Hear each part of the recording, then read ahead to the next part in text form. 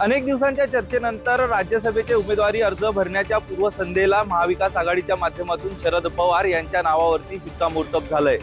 शरद पवार गुरुवारी आपला उमेदवारी अर्ज दाखल करणार आहे। त्यांच्याकडे त्यांना पाठिंबा देणाऱ्या राष्ट्रवादी काँग्रेस पक्षाच्या 10 आमदारांचं पत्र देखील तयार आहे। असे असले तरी उमेदवारी अर्ज भरण्यासाठी उद्या स्वतः शरद पवार येण्याची शक्यता कमी आहे। महाराष्ट्रातील राज्यसभेच्या 7 जागा रिक्त होणार आहेत।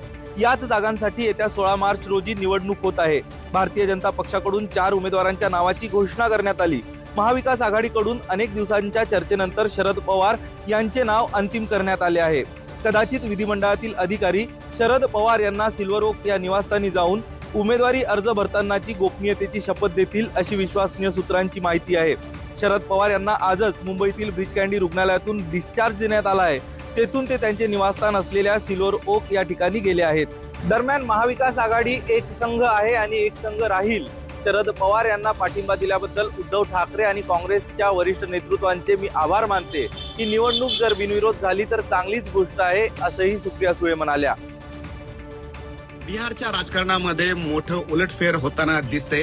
कालपर्यंत चर्चा होती की नितीश कुमार राज्यसभेवर कोणाला पाठवणार आणि आज सकाळपासून ही चर्चा सुरू झाली की नितीश कुमार हे स्वतःच राज्यसभेवर जाणार। मग नितीश कुमार जर राज्यसभेवर जाणार असतील तर बिहारचा मुख्यमंत्री कोण असणार, उपमुख्यमंत्री कोण असणार आणि त्याचबरोबर जेडीयू पार्टी कोण सांभाळणार आणि यावर आता उत्तरे मिळायला सुरुवात झालेली आहे। नितीश कुमार यांचे चिरंजीव निशांत कुमार यांना उपमुख्यमंत्री करण्यासंदर्भात सहमती झाल्याची सूत्रांनी माहिती दिलेली आहे आणि नितीश कुमार हे स्वतः राज्यसभेवर जाणार असल्याची माहिती मिळालेली आहे।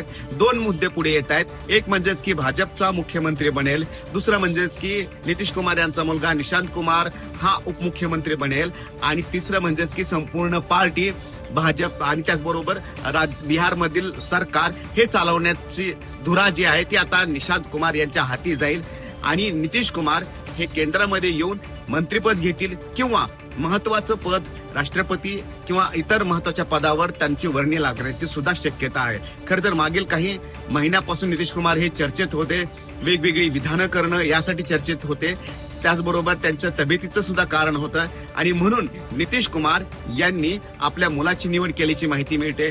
खरं तर नितीश कुमार हे वारंवार नेपोटिझम घराणेशाहीच्या विरोधामध्ये वारंवार त्यांनी आवाज उठवलेला आहे। लालू प्रसाद यादव यांच्या घराणेशाहीवर वारंवार आरोप केलेला आहे। मात्र तेच आता नितीश कुमार अखेर आपल्या मुलाला पुढे करतायत। घराणेशाहीवर एक प्रकारे शिक्कामोर्तब नितीश कुमार करतायत। त्यामुळं आता विरोधकांच्या सुद्धा हातामध्ये आयत्त खोलीत मिळालेलं आहे, परंतु पक्ष आणि सरकार हे सांभाळण्याची धुरा आता त्यांच्या मुलावर सोपवली जाते असं म्हणतायत। परंतु सूत्रांनी ही माहिती दिलेली आहे खरं तर। परंतु आता यापुढे खरंच निशांत कुमार हे उपमुख्यमंत्री बनणार का बिहारचे आणि त्याचबरोबर नितीश कुमार हे केंद्रामध्ये जाणार का हे बघावं लागणार आहे। अवघे 24 तास उरलेले आहेत।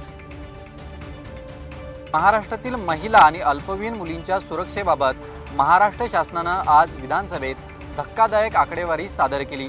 2024च्या तुलनेत 2025 मध्ये बेपत्ता होणाऱ्या महिला आणि अल्पवयीन मुलींच्या संख्येमध्ये वाढ झाली असल्याची माहिती देण्यात आली आणि याबाबतीत राज्याचे मुख्यमंत्री देवेंद्र फडणवीस यांनी ही सगळी आकडेवारी गंभीर असल्याचं मान्य केलंय। विधिमंडळाच्या अधिवेशनादरम्यान आज सभागृहात सविस्तर चर्चा करण्यात आली। 2024 मध्ये बेपत्ता महिलांची संख्या 45,662 होती, तर अल्पवयीन मुलींची संख्या 11,316 होती। एका वर्षात ही संख्या वाढली। ती वाढती संख्या रोखण्यासाठी आणि मानवी तस्करीच्या प्रकारांवरती आळा घालण्यासाठी पोलीस दल विशेष तांत्रिक मदत घेत आहे असं मुख्यमंत्री देवेंद्र फडणवीस यांनी सभागृहात बोलताना स्पष्ट केलं। हरवणाऱ्या महिलांच्या तपासासंदर्भात एक मोठी बाब समोर आलेली आहे। साधारणपणे वर्षभरानंतर मुलींचे कुटुंबीय किंवा वयस्कर व्यक्तींच्या बाबतीत घरचे लोक पाठपुरावा करणे सोडून देतात। ही चिंतेची बाब आहे असंही मुख्यमंत्री फडणवीस म्हणाले। यावर सुद्धा स्थानिक निर्भया पथकाच्या माध्यमातून मार्ग काढण्याचं काम सुरू असल्याचं मुख्यमंत्र्यांनी सांगितलं। हरवलेल्या महिलांची शोधाची मोहीम 95% रिझल्ट येईपर्यंत सुरू राहील अशा पद्धतीची माहिती आणि खात्री राज्याचे मुख्यमंत्री देवेंद्र फडणवीस यांनी दिले। इस्रायलने इराणचे सुप्रीम लीडर खमेनी यांना कसं मारलं या संदर्भामध्ये आता तर्क वितर्क सुरू आहेत, परंतु एक थिअरी समोर आलेली आहे। इस्रायलची मोसाद ही गुप्तचर यंत्रणा अशा प्रकारच्या हत्या करण्यासाठी जगभर प्रसिद्ध आहे। यापूर्वी सुद्धा अशा प्रकारच्या अनेक हत्या करण्यात आल्या होत्या। म्युनिकच्या इन्सिडेंट्स नंतर टेलिफोन बॉम्ब टिफिन बॉम्ब यासारखे अनेक वेगवेगळ्या पद्धतीनं मोसादनं आपल्या शत्रूंची हत्या केली होती, ठार केलं होतं. तशाच पद्धतीनं इराणमध्ये सुद्धा काही डेंटिस्ट डॉक्टर हे अनेक वर्षापासून राहत होते आणि ते डॉक्टर होते मोसादचे एजंट, अशी समोर आता ही एक थेरी आलेली आहे. आणि इराणच्या लष्करातील मोठमोठ्या अधिकाऱ्यांचे, त्याचबरोबर मंत्र्यांचे आणि महत्वाच्या उच्च पदस्थ अधिकाऱ्यांचे ते डॉक्टर होते. आणि त्यामुळं प्रत्येक घडामोड, लोकेशन ही संपूर्ण मोसादपर्यंत पोहोचत होती हे स्पष्ट झालेलं आहे. आणि म्हणूनच खामेनेई यांचं लोकेशन, कोणती बिल्डिंग आहे, कोणत्या रूम मध्ये ते थांबलेले आहेत, त्यांचे नातेवाईक कुठे आहेत, त्यांचे लष्कर प्रमुख कुठे आहेत, ही सर्व माहिती जी आहे ती या डॉक्टरांच्या माध्यमातूनच पोहोचली गेली होती. परंतु ही कशी माहिती पोहोचली तर डेंटिस्ट असताना ज्या ज्या उच्च पदस्थ अधिकाऱ्यावर उपचार केले त्यांनी त्या दातामध्ये लोकेशन डिटेक्टर हे यंत्र जे आहे ते लावण्यात आलं होतं आणि त्यामुळं दाताच्या माध्यमातून लोकेशन शोधून तिथे हल्ला करण्यामध्ये इस्रायलला यश मिळालं. ही थेरी आता समोर आलेली आहे. त्यामुळं मोसादने अशा प्रकारे खमेनेई यांचा खात्मा केला असं सुद्धा म्हटलं जातंय. इराण आणि इस्रायल अमेरिका यांच्यातील युद्धजन्य परिस्थितीमुळे सध्या संपूर्ण जगाचे लक्ष मध्यपूर्वेकडे लागले असून या संघर्षाचा थेट परिणाम जागतिक अर्थव्यवस्थेवर होताना दिसत आहे. भारतीय शेअर बाजारातील पडझडीनंतर आता सोन्या चांदीच्या दरातही मोठी घसरण झाली आहे. सलग काही दिवस गगनाला भिडलेले सोन्या चांदीचे भाव आता खाली आले असून चांदीने तर गुंतवणूकदारांना मोठा धक्का दिला आहे. आज 4 मार्च रोजी जळगाव सुवर्णगिरीत 24 कॅरेट सोन्याच्या दरात 6,300 रुपयांची घसरण होऊन 10 ग्रॅम सोन्याचे दर 1,67,800 रुपयांवरून 1,61,500 रुपये झाले आहेत. तर सोन्यापेक्षाही मोठी घसरण ही चांदीच्या दरात पाहायला मिळत असून औद्योगिक मागणीत झालेली घट आणि जागतिक मंदीची भीती यामुळे चांदीच्या दरात एकाच दिवसात तब्बल 24,000 रुपयांची घसरण झाली आहे. या घसरणीमुळे चांदीचा दर 2,71,000 रुपये प्रति किलोवर आला आहे. लग्नसराईच्या काळात सोन्या चांदीच्या भावात झालेली घसरण ही ग्राहकांसाठी दिलासा देणारी असली तरी मात्र भाववाढीच्या अपेक्षेने नफा वसुलीच्या प्रतीक्षेत असलेल्या गुंतवणूकदारांची चिंता ही वाढली आहे. दिवंगत उपमुख्यमंत्री अजित पवार यांच्या दुर्दैवी अपघातानंतर पुन्हा एकदा रोहित पवार यांनी पत्रकार परिषद घेऊन जे आहे ते उड्डाण मंत्री VSR कंपनी आणि DGCRवरती अनेक जवळची गंभीर आरोप जो आहे तो या ठिकाणी केलेला. आपण तर पाहिलं तर रोहित पवार यांनी पुन्हा एकदा पत्रकार परिषद घेऊन जे आहे ते अनेक मुद्दे जे आहे ते या ठिकाणी उपस्थित केलेले आहे. आपण तर पाहिलं तर रोहित पवार जे आहे ते अजित पवार यांचे पुतणे आणि शरद पवार गटाचे आमदार आहे आणि त्यामुळे ज्या पद्धतीने पुन्हा एकदा पत्रकार परिषद घेऊन जे आहे ते अनेक महत्त्वाचे मुद्दे या ठिकाणी पुन्हा एकदा त्यांनी उजागर केलेला आहे. ज्या पद्धतीने अजित पवार ज्यावेळी या विमानतळावर आले त्या ठिकाणी जे आहे ते रेकी करण्यात आल्याची माहिती जी आहे ती रोहित पवार यांच्याकडे अशी त्यांनी माहिती या ठिकाणी सादर केलेली आहे. आणि त्यामुळे ज्या पद्धतीने अनेक नेत्यांनी जे आहे ती याच्यावरती प्रतिक्रिया देताना ते सावधरित्या जे आहे ते बाळगलं आपल्याला दिसून येत आहे. ज्या पद्धतीने मंत्री नितेश राणे यांनी या ठिकाणी सांगितले की रोहित पवार हे एव्हिएशन एक्सपर्ट झाल्याचे त्यांच्याकडे कुठली माहिती असेल तर त्यांनी या ठिकाणी सादर करावे. तर धनंजय मुंडे यांनी या ठिकाणी सांगितले हा सगळा जो आहे तो संभ्रम आहे. त्यामुळे कुठेही रोहित पवार यांच्या जो काही आरोप आहे त्याच्यावरती उत्तर देणं जे आहे ते धनंजय मुंडे यांनी टाळलेलं आहे. त्यामुळे कुठेतरी रोहित पवार हे ज्या पद्धतीने अनेक आरोप गंभीर रूपाने जे आहे ते DGCI आणि VSR कंपनीवरती करते कुठेतरी याची सखोल चौकशी जी आहे ती पुन्हा एकदा व्हावी अशी या ठिकाणी रोहित पवार यांनी मागणी केलेली आहे. परंतु कशा पद्धतीने पुढील तपास जो आहे तो DGCI यांच्या माध्यमातून होणार किंवा VSR कंपनीवरती गुन्हा दाखल होणार का तेच पाहणं महत्त्वाचं. परंतु सध्या तरी रोहित पवार या कोणाच्याही ऐकण्याच्या मनस्थितीमध्ये आपल्याला दिसून येत नाही. महाराष्ट्र सरकारमधील ज्येष्ठ मंत्री छगन भुजबळ आणि माजी निवृत्त IPS अधिकारी KP रघुवंशी यांच्यातील शाब्दिक युद्ध आता एका नव्या वळणावर आलं आहे. रघुवंशी यांनी त्यांच्या ट्रबल शूटर या आत्मचरित्रात छगन भुजबळ यांच्यावर गंभीर आरोप केलेत. या आरोपांना प्रत्युत्तर देताना भुजबळ यांनी त्या काळातील राजकीय घडामोडींचा एक मोठा गौप्यस्फोट केला आहे. शिवसेना प्रमुख बाळासाहेब ठाकरे यांना अटक केल्यानंतर त्यांच्या मातोश्री निवासस्थानाला तात्पुरते तुरुंग घोषित करण्याची सरकारची योजना होती असे भुजबळ यांनी सांगितले आहे. अयोध्येतील बाबरी मशीद पडल्यानंतर मुंबईत झालेल्या दंगलीच्या चौकशीसाठी श्रीकृष्ण आयोग नेमण्यात आला होता. या आयोगाने हिंसाचार भडकवण्यासाठी बाळासाहेबांना दोषी ठरवले होते आणि त्या कारवाई करण्यासाठी रघुवंशी यांच्या नेतृत्वाखाली टास्क फोर्स बनवण्यात आला होता. रघुवंशी यांच्या दाव्यानुसार छगन भुजबळ हे जुना राजकीय हिशोब चुकता करण्यासाठी ठाकरेंना अटक करण्यावर ठाम होते. मात्र टास्क फोर्सच्या कायदेशीर सल्लागारांनी स्पष्ट केले होते की पुराव्याअभावी ही अटक टिकणार नाही. ठाकरेंच्या विरोधातील फाईल ही तत्कालीन पोलीस आयुक्त MN सिंग यांनीच पाठवली होती. ही पूर्णपणे श्रीकृष्ण आयोगाच्या अहवालावर आधारितच कायदेशीर प्रक्रिया होती, त्यामुळे वैयक्तिक दबावाचा प्रश्नच येत नाही.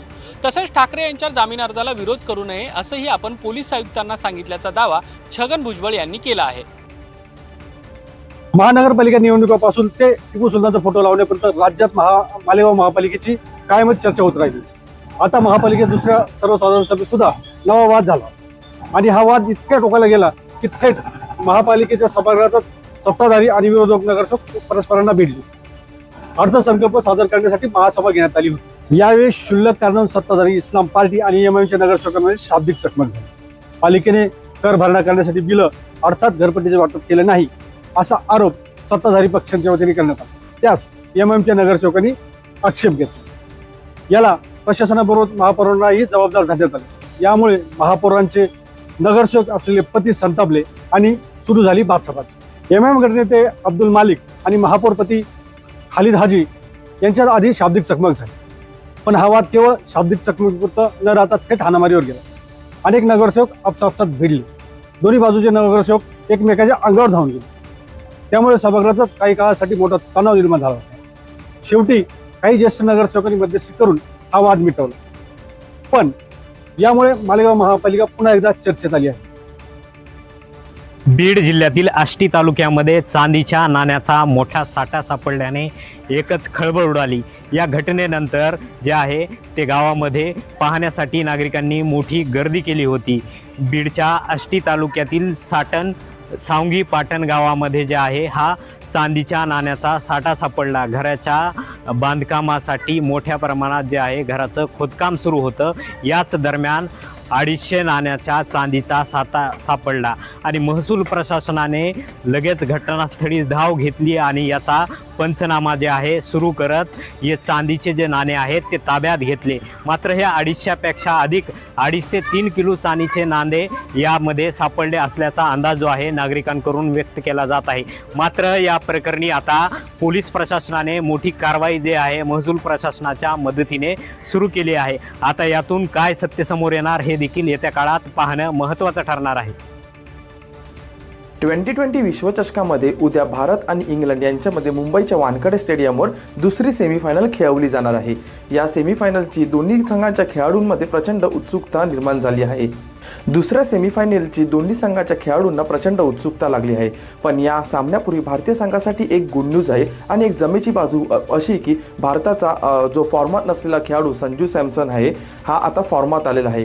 खरं तर टीम इंडियाने वेस्ट इंडिज विरुद्धच्या सामन्यात रोमांचक विजय मिळवत सेमीफायनलमध्ये प्रवेश केला. टीम इंडियाच्या या विजयात संजू सॅमसनने 97 धावांची नाबाद खेळी करून मोठी भूमिका बजावली होती. संजूने नुसता हा सामना जिंकवला नाही तर स्वतःचा हरवलेला फॉर्मही परत मिळवला. त्यामुळे टीम इंडियासाठी ही एक गुड न्यूजच म्हणावी लागेल. पण एकीकडे संजू फॉर्ममध्ये परतला असताना दुसरीकडे अभिषेक शर्मा अजूनही आउट ऑफ फॉर्म आहे. अभिषेक शर्मा अजूनही आउट ऑफ फॉर्म आहे, कारण त्याने मागच्या 6 सामन्यात केवळ 80 धावा केल्या आहेत, ज्यामध्ये त्याचा स्ट्राईक रेट हा 131च्या आसपास आहे. अभिषेक शर्मा सध्या आउट ऑफ फॉर्ममध्ये असल्याने त्याला सेमीफायनलमध्ये खेळवावे की त्याला बेंचवर बसवावं असा मोठा प्रश्न गौतम गंभीरला पडला होता. पण आता त्याच्या खेळण्यावर एक मोठी अपडेट समोर आली आहे. अभिषेक शर्माच्या खराब कामगिरीनंतरही भारताचा गोलंदाजी प्रशिक्षक मॉर्ने मॉर्केलने त्याची पाठराखण केली. इंग्लंड विरुद्धचा सामना हा अभिषेकसाठी रिकामा कॅनव्हास आहे, त्यामुळे त्याने चांगली कामगिरी करावी असे मॉर्केलने सांगितले. संजू देखील मागचे काही आठवडे याच परिस्थितीतून जात होता, पण त्याने त्यावर मात केली. आता अभिषेककडे एक चांगली संधी आहे, त्यामुळे अभिषेकला सुद्धा मैदानात चांगली कामगिरी करण्याची एक संधी आहे. आता भारतीय क्रिकेट रसिकांबरोबरच भारतीय खेळाडूंची देखील सेमीफायनलमध्ये इंग्लंडवर मात करत फायनलचं तिकीट पक्क करण्यावर त्यांचं लक्ष आहे.